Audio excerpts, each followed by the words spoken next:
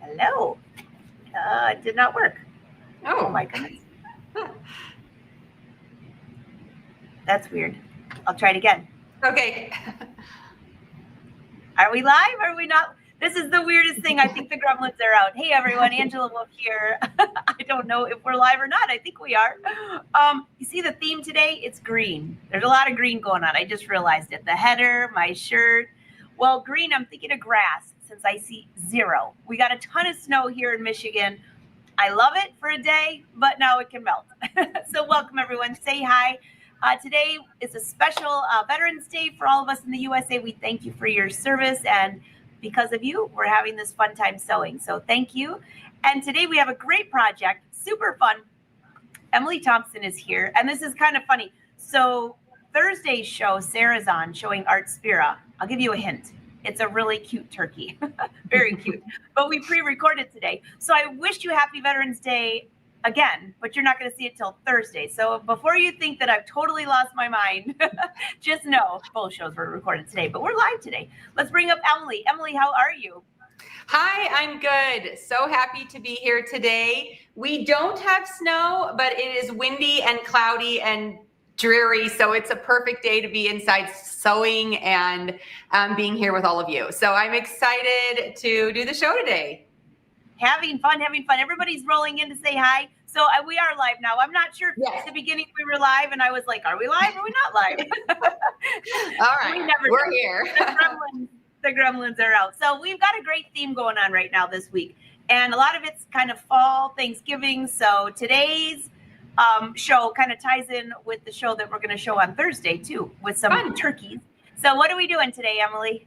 All right. Well, I have sewn lots of things for a fall/Thanksgiving table over the years. Lots of embroidered runners and napkins with embroidery. And the Art Spira app actually is chock full of designs that are super cute for that. But today, we're not doing embroidery per se, but we are going to be using my embroidery machine to do some fun fill designs on top of little Quilt-As-You-Go projects. Now this one I want to show you because I made this several years ago. It's a table runner. It could be a little bit longer, but actually I just use it kind of under my centerpiece. And I have it on my kitchen island all fall with like little seasonal decor. And this one has been washed several times. And I was just realizing today how like soft and really good it looks actually after washing it. My ones that are brand new do not look nearly as smooth and just pretty. So actually washing it a couple times has really worn in the fabric and the stitching. So you'll see some of the same fabrics. As you can see, I sort of use up scraps and then I buy a couple more designs of fall fabric every year. So this is probably 3 or 4 years old. I have had it out every season and then I wash it because it does sit in our kitchen. So it's held up really well and quilted through the back. It's hard to see, of course, because that fabric is so busy. But today, just for the sake of time and you not wanting to watch me sew straight lines for an hour, we're going to make Emily, why would you think we don't want to watch you sew straight lines for an hour? That would be fun. Come on. Okay. Well, it's like kind of watching paint dry, right? Just like stitching. But we're going to make a little mug rug that you could do with coordinating fabrics or the same fabrics, or like me this year, I was using up scraps from previous year's fall projects, including like my welcome sign that I hang on my door and this table runner that I have here. So I have some of the same fabrics. And this year I actually purchased this new like black and white pumpkin fabric, but I'm not going to use that today because I'm trying to move a little more into like Thanksgiving and less like Halloween-y fall. But you can see it's just really cute and easy. You can sew the strips at like angles to make it really scrappy, or you can keep them really straight if you want to do that. So we're going to sew just a really cute, easy mug rug. But what I do want to show you is also, so on this one, I actually quilted some of them. You can see I just did straight lines up and down, and then some of them are straight lines this way. And so I just like self quilted this. And again, this was years ago before I even had the Stellaire. And this would be a little bit big for one hoop, but I probably could do it in like a 3 hooping or a 2 hooping quilt. But so I just quilted this one sort of, you know, by hand with my machine. But what I thought would be really fun is to take one of these and do some fill designs on the stripes of the fabric and use like different fills for different parts of the project. So we're gonna try and do that. So I'm gonna stick this in a hoop, we're gonna transfer it to my machine, and then we're gonna see if we can find some fun fills to fill this out. And then while that's stitching, hopefully, we'll sew up a little mug rug, and then you can see kind of how it all comes together in the end. So that's my plan. I'm gonna just go ahead and readjust this camera, 1, so you can see the counter where I'm gonna hoop my fabric and transfer it, and then 2, so you can see my screen just a little bit better as we sort of play with the fill designs. Sounds good. Sounds good. While you're changing that camera, I'm saying hey to everyone. Hey, Mary Jane, in Florida, yes. My friends in Florida said it's absolutely freezing there. We didn't send you the snow, but there's definitely a cold front going through. So, by the way, Glenda, I see you here. I will see you in Fresno, California this week. There's a big Brother event there. And I see a lot of new Brother fans here that were just at World Widener in Oklahoma City. That was a great event as well. So, great to see you all. And we love it. Say where you're from. And if you're new here, welcome to the party. And I think Emily, you ready for me, Emily? I'm ready. All right, I got you. Okay, so I'm just gonna really quick, I'm gonna hoop my stabilizer here, and because this is just gonna fit in the middle, I'm actually just gonna attach it with a couple pins. You could also use like adhesive stabilizer if you wanted, but I'm just gonna try and keep it in place. All right, so I'm just putting a piece of stabilizer into my hoop. This is the 5x7 hoop. I'm gonna grab a couple of pins to keep it into place, and I'm going to put this in the center of my hoop. Now, what I'm gonna do is I'm gonna use the My Snap app on my phone to then transfer a picture of this in the hoop to the embroidery machine so that we can create the fill designs that we want for it. All right, so that's the plan. So I'm just gonna put this right here, and I'll show you what the app looks like if you're not familiar with it. Hopefully it's, I turned my, oh, there it goes. If you don't have your machine on and like connected to Wi-Fi, then this won't load. So make sure you do that ahead of time. Just for ease and quickness of use. All right, so we're gonna snap capture with frame for pattern editing. And then it says to hold above your frame. And when you get it in the right position, it says hold, and it counts down 1, 2, 3. And then you can see here, there's a picture of my design in the app. Okay, so we're gonna send it to the machine. Okay, and now we're gonna open that up in my design center. I'm gonna turn down the brightness just a bit. It's not as pretty, but I feel like you can see the screen on the machine better if I do that. Okay, so let's grab the image. And it's that new one, and the newer one goes to the top. So you can see here, this is a picture of what was in my hoop. So we're gonna set that. And then you can isolate, if you want, right where your fabric is or the design is that you want to work with. So I'm just going to shrink that down. It'll take a second, then it's going to import it. So now we have some pretty basic straight lines on here. So instead of trying to draw lines, because actually I'm really not very good drawing on this screen, I'm going to just create some rectangle boxes to use for our fill on there. So let's see when it just is thinking for a while here. But hopefully it will show up. Okay. Set. Okay, so now we have it in the design center, and so we can begin to use it. So I'm going to just grab a rectangle to start with. which will be a square. But then we're going to go to size, and we're going to shrink it down so that it fits about on one of my strips of fabric. And my strips of fabric were all, I think, 1.5 inches. So they're all pretty similar. So we should be able to, once we make one rectangle, we should be able to just duplicate it for the others. All right. So now I'm going to move it up, and we're going to put this one at the top, okay? And then we're going to go duplicate, back to size, and we're going to move this one into the second box. And this one looks like it's a little bit smaller, so I'm just going to make it a little bit thinner. Okay. I'm going to go back up and touch, see if I can grab that first one to duplicate it. Sometimes it's hard to see on this screen with all the busyness here. Okay. I've got something grabbed that or selected that I don't want to. So, Angela, you know how I can go back and grab that whole rectangle without, it's just highlighting a tiny little piece here for me. I'm looking. At the bottom, because all the machines are just a little bit different. At the bottom, do you have that select? No. Your screen just got blurry. I'm looking at your earrings now. Yeah. I'm looking down below for the select.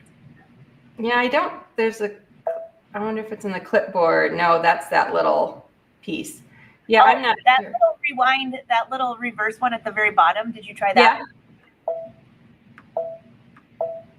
Okay, there we go. All right, so that's selected. So now I can duplicate that again. Bingo. Yeah, it is. Yesterday I was trying to like touch it with my finger, and then it would like select something else. So if you can use the buttons, this is my little pro tip, it's definitely easier. And I'm not a button person. I usually just like to like click and drag with my finger, but on this one, definitely easier if you can use it. All right, we're gonna duplicate this. We are getting there, and then we'll use the fills to fill this. So it's a little tedious, you can see in the moment, although once you get going, not so bad. I don't have to ever adjust the width because it's straight, the width is the same. So I'm just adjusting using these buttons up here a little bit if I want to adjust the height of my rectangles. All right, last one. We're gonna move that into place. Probably should turn the beeping off on my machine while I'm doing this. All right, so now we have 1, 2, 3, 4, 5 rectangles. And so we can go ahead and select a fill. And I was looking around yesterday, and there's some cute, just geometric ones that I thought would be good. So let's start with this diamond. That's one of my favorites, Emily. Yes, I really do like this one. So then we're going to select our paint bucket, and I'm going to do the 2 oranges with the diamonds. And so I know it's a little bit far away, but it is overlaying that diamond over top of those 2 boxes. So now I'm going to grab a different one. I also really like this. Oh no, it was up here. I like the like beehive one too. But the circles I think are really cute. So let's grab the circles. And we're going to put those in these 2 sections. And then we'll do the final one. Something last but not least, maybe the brick.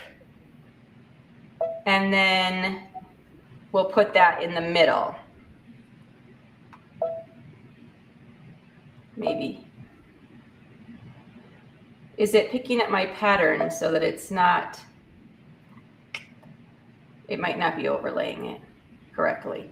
All right, let's take a look and see what we've got. Yes, it did not, on the patterned ones, it did not do that. So I probably want to remove the background, huh? to do that.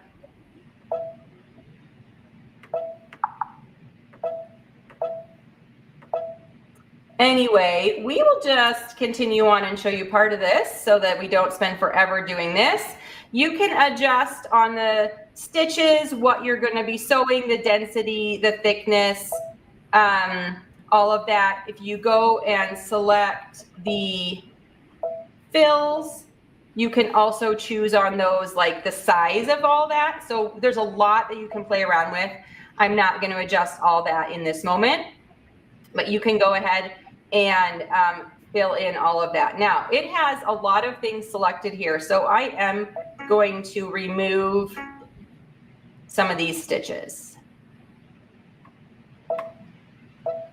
so that we're not stitching that all out, because it's got a lot of nonsense going on here. So we're going to edit, we're going to no sew.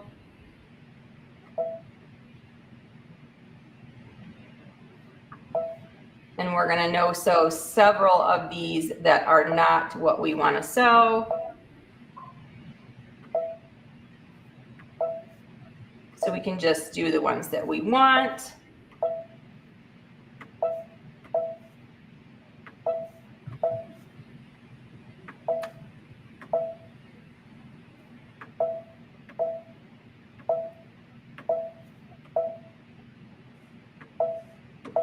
I needed to remove the background on this, but it's okay.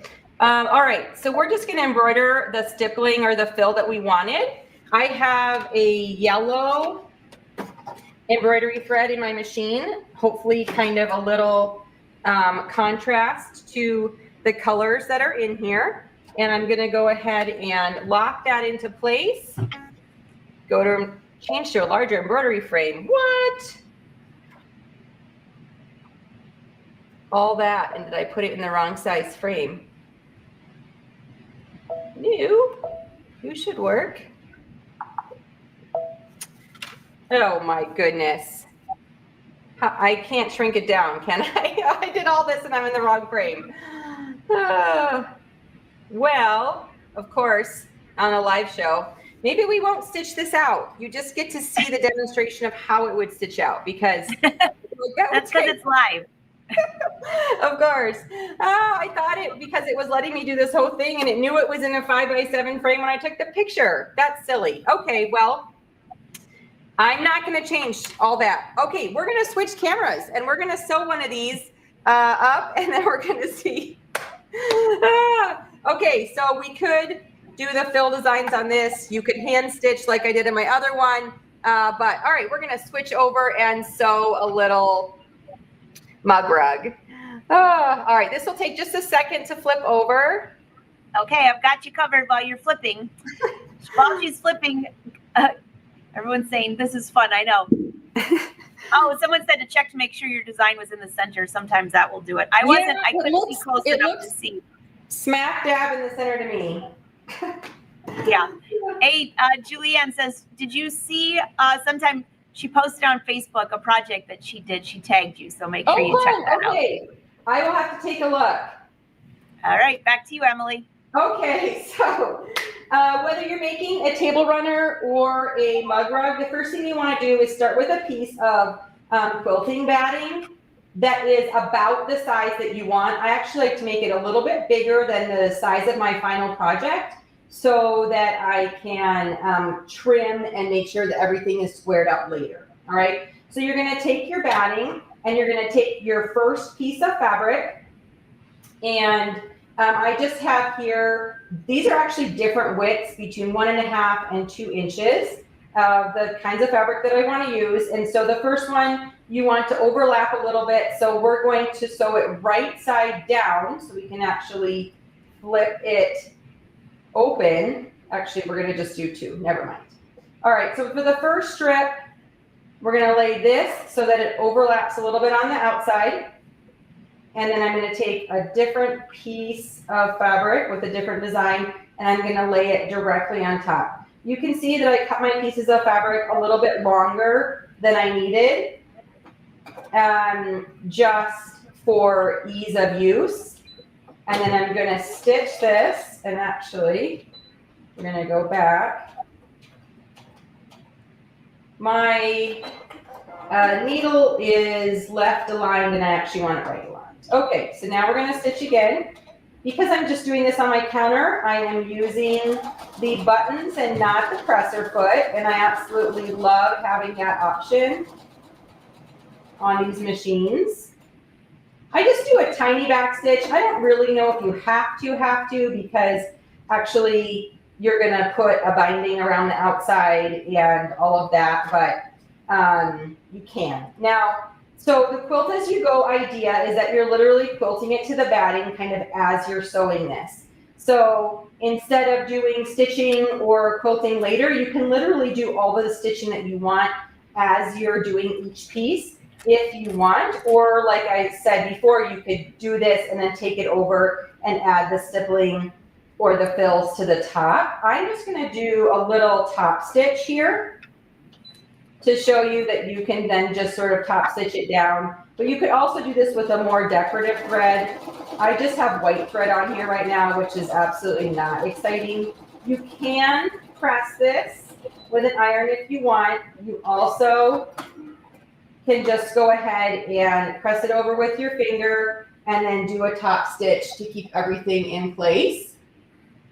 And it goes really fast to do it. So I mentioned before that you could make it a little bit of a wonky, more an angled pattern, and that's by playing with the angles that you place your fabric. So let's do one of those. So instead of placing this straight on the fabric, I'm going to angle it, and then I'm going to use the guide of the new angled piece as my line that I'm sewing on. And of course, the thread came undone. Check and rethread. If you remember from last week's live, the needle threader on this machine is currently not aligned, so I'm putting on my glasses every time this needs to be threaded. Okay, so we'll just do a quick little rethread here.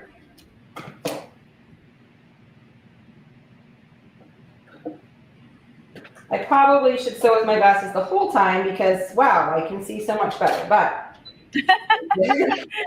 Emily, I don't know why you'd want to do that. I put mine on and off and on and off. Oh my goodness, the other day I was doing something and I was like, I really cannot see. It is so bad. Oh. Yep. My eyes were good for so long, I thought maybe I was going to get away with it, but no. All right, so now you have this piece that is now giving us a cute little angle on here. And so we're going to top stitch here. And then we're going to do an angle on the next one that's going the opposite way. And if you kind of go back and forth on these, I think it adds a really cute little dimension and just gives a fun way to mix up the patterns of what you're sewing, even without changing your fabric. So you could keep your same fabrics that sort of mix up your designs. So this time we'll make the wide part here at the top, and then we'll angle it down to the bottom there.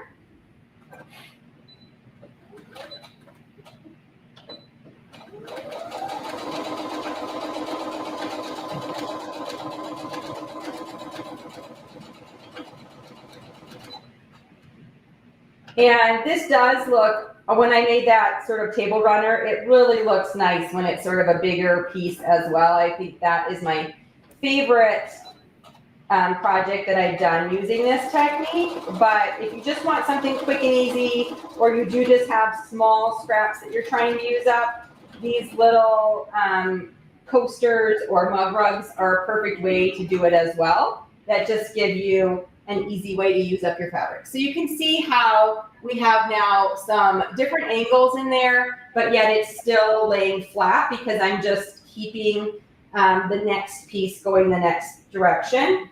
So we can add in another one here. We'll just do a couple more. And again, make sure you're aligning the left side. Sometimes I was like getting ready to line up the wrong side of the fabric. Think about how you want to play with that. Make sure the pieces are laying flat. They're not twisted or pulled as you go, and then it should make sure that it lays flat when you're finished.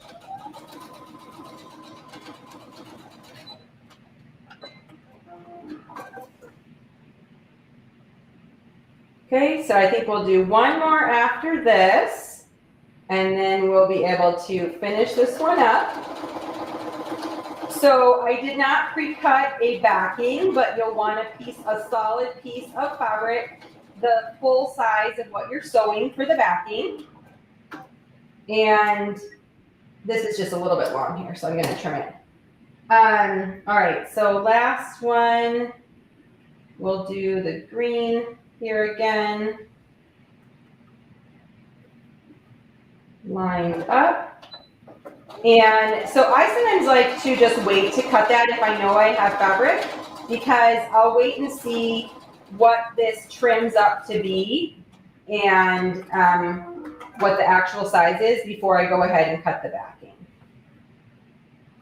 And you can, I think at least 3 colors of fabric make a good scrappy look, but 4 or 5 is fun too, especially if you're doing a big one or you're doing really narrow strips. So these are a little bit wider strips because again, I didn't want this to take like 30 minutes to sew straight seams here. So we use wider pieces of fabric, but the narrower the pieces, actually the better it looks because it just gives a little more texture and play in the fabric. So now you're going to take your finished rug or your finished start of it here, and you're going to trim off the extra fabric. So I'm going to go ahead and trim this down, especially the sides with the long pieces. And now you could decide if you wanted to cut it down even further. You could, if you want to square, you probably do want to square it up. I tried to square up my batting before I started this so I wouldn't really have a lot of trimming when I was finished. Okay, so you get it how you want. Then you're going to grab your backing fabric. And I just like to lay it right on top to cut it, because then you'll end up with, we want this to really be the same as much as we possibly can. The same for ease of putting the backing on. At this point, if this fabric has a right side and a wrong side, obviously you want the right side facing out. This plain orange doesn't really. So I'm just going to hold that in place. And then we're going to go ahead and cut off the extra. Our next step is to add the binding on. And this is long, but I'm not sure if this is wide enough. It is not. Okay, so we're going to cut a piece of this orange to bind around the edge to finish. And you want to make sure it's long enough to go all the way around. Plus, I like to have several inches extra for making sure that you can connect the ends. It's just way easier if you have extra fabric. Okay, so I'm grabbing my ruler here, trying to put this where you guys can see. I'm lining it up on my cutting mat, and I'm going to cut 2 inches wide for the binding to make sure we have plenty to work with. Okay.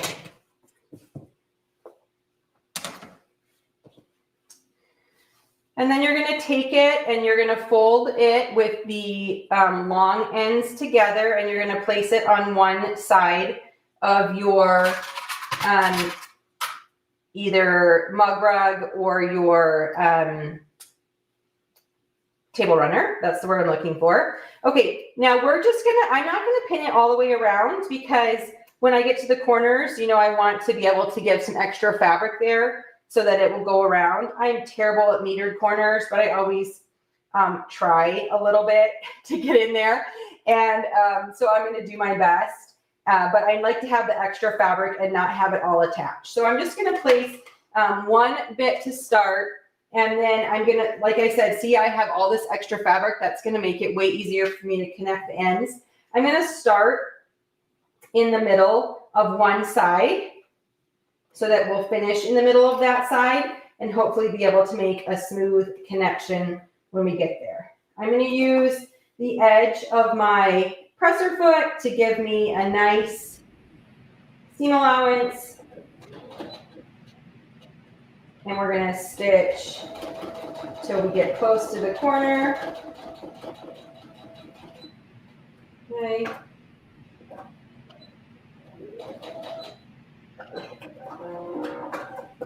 I know everyone has their own methods for doing this. I don't know. This is, I think, what works best for me, but it's hard to know.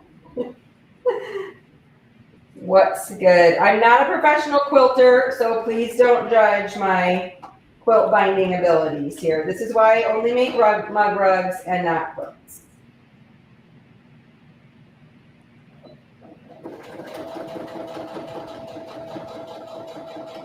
And I'll send me your tips later after you see me botch this.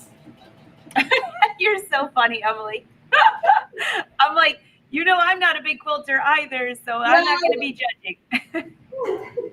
Well, the funny thing is, I just like, this is, it always looks fine. So I'm like, I'm never inspired to really like do better. I don't know. If I made real quilts, it probably would bother me more, but I don't. But all right, we're getting there, you guys. Going around. I know, real quilters probably die, just like, that's okay. It's gonna look so cute and it's gonna be colorful. And if you serve someone a coffee or a tea on it, they won't care because it'll be delicious and tasty and warm. And you know, Emily, speaking of mitered corners, there are different techniques for doing that. So I would love to see in the comments for those that have tried the mitered corner, what's your favorite technique? Absolutely.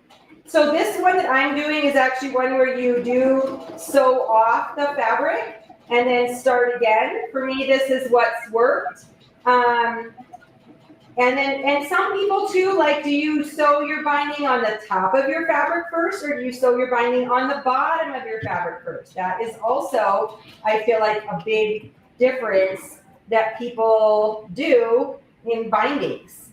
And I know I've seen like the only way to do it right is to start on the top, and the only way to do it right is to start on the bottom. So obviously there's not just one way, but I think that's also a difference that people have. Okay, so I'm now like about an inch from where I started.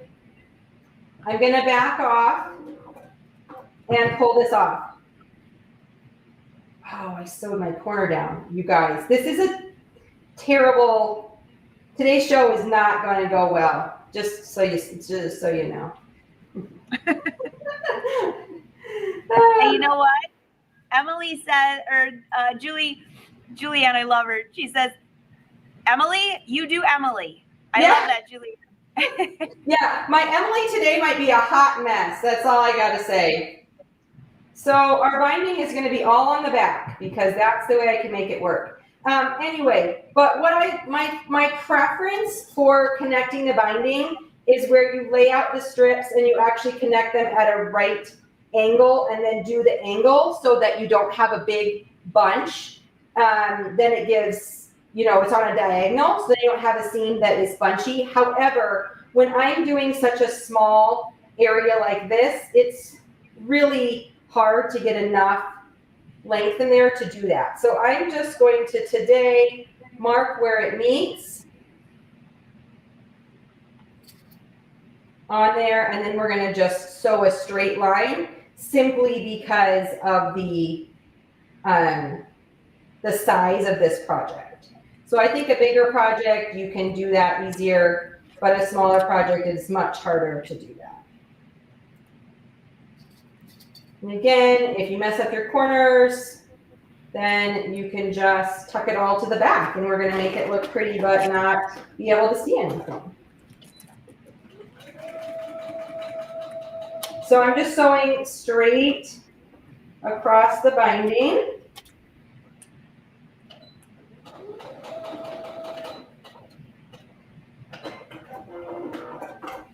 Okay, and then we'll trim.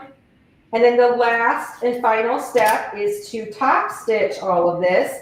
But like I said, my corners, like something got connected. Oh, first I have to sew this down. Haha.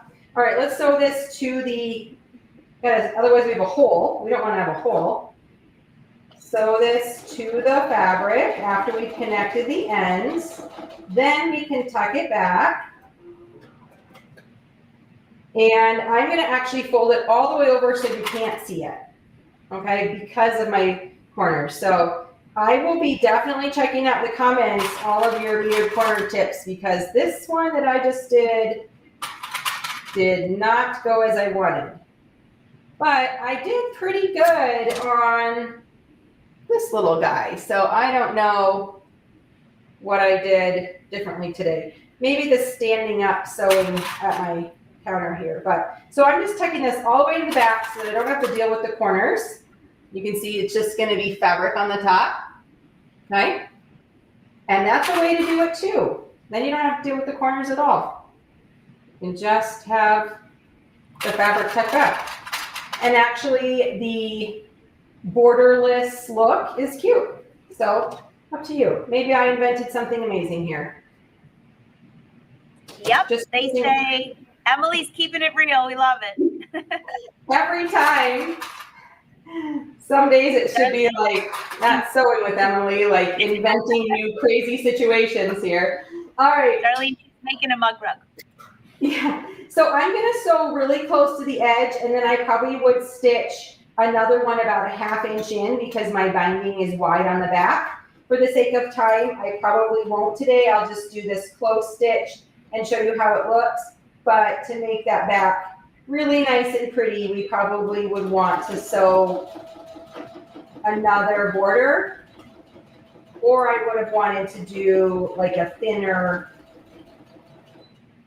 fabric, but of course, since this wasn't really my intention, I didn't do that.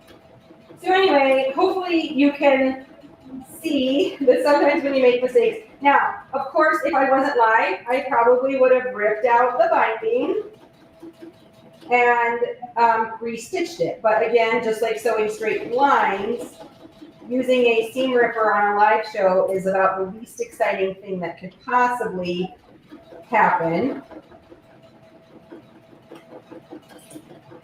So we'll just make this work so that we can have a little finished product here.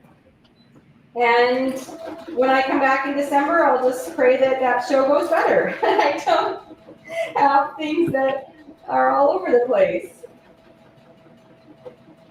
But these are cute. I actually am excited because over the past few weeks for different things, I've sewn up a couple. So now I think I have almost enough for our family to each have one, which is just a cute little colorful addition to your table. So, all right.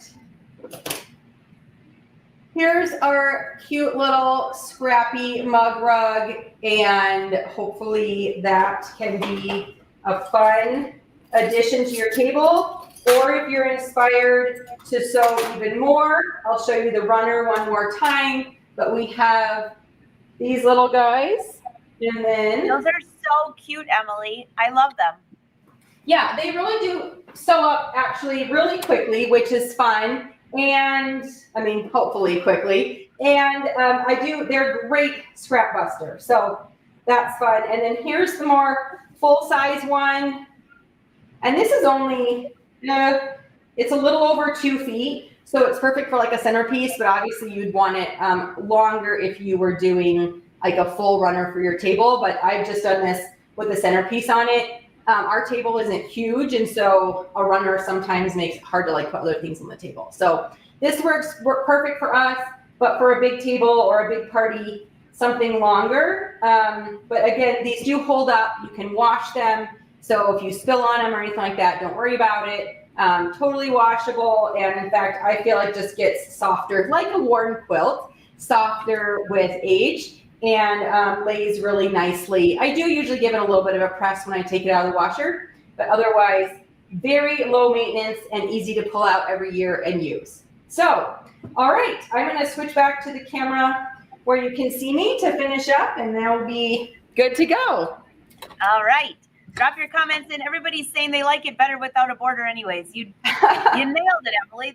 This is called a design opportunity. That's usually what we call these, right, everyone? Yes. Yeah. Well, everyone is just very kind, and I appreciate it. even when things don't go always according to plan. Hey, your live shows, that's the best part. So everybody's saying they love it. They love it. And nobody really had a favorite technique for mitered corners. Some people said they would stitch it and then hand stitch it. Others say they don't even use that. So you're all good. Okay. Well, it's funny because I've done this one before, but then, I caught the edge and so I couldn't turn it. So I had to turn the whole thing. So I will be working on that maybe in a few months. If I attempt another project with the border, I'll have gained wisdom and have some tips to share, but not today. So make the mug rug, figure out the binding on your own, and you'll be all set. You know, Emily, I have to confess, every time I do a mitered corner on a quilt, like if I do mitered corners on jackets or garments, I'm good. I can do it in my sleep. But when it comes to the corners on those little quilt pieces, I literally have to go to my books or watch a video to remind myself every time because I'll do it and I'm ripping. So makes you feel any better. Yes, like today, you're ripping it out to figure out where did I sew that wrong. Yes, but anyway, you can usually, especially on the little ones, make it work, and it's not a big deal because you're not wearing it. It's not getting a lot of wear and tear if it's just sitting on your table. So figure it out and enjoy the finished result because it usually looks cute no matter if it was a perfect corner or not.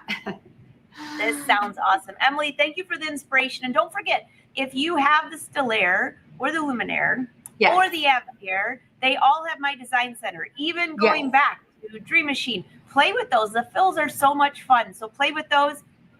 If you've not downloaded the My Design Snap app, that's what she was using for the Stellaire. Different than Art Spira. It's My Design Snap app.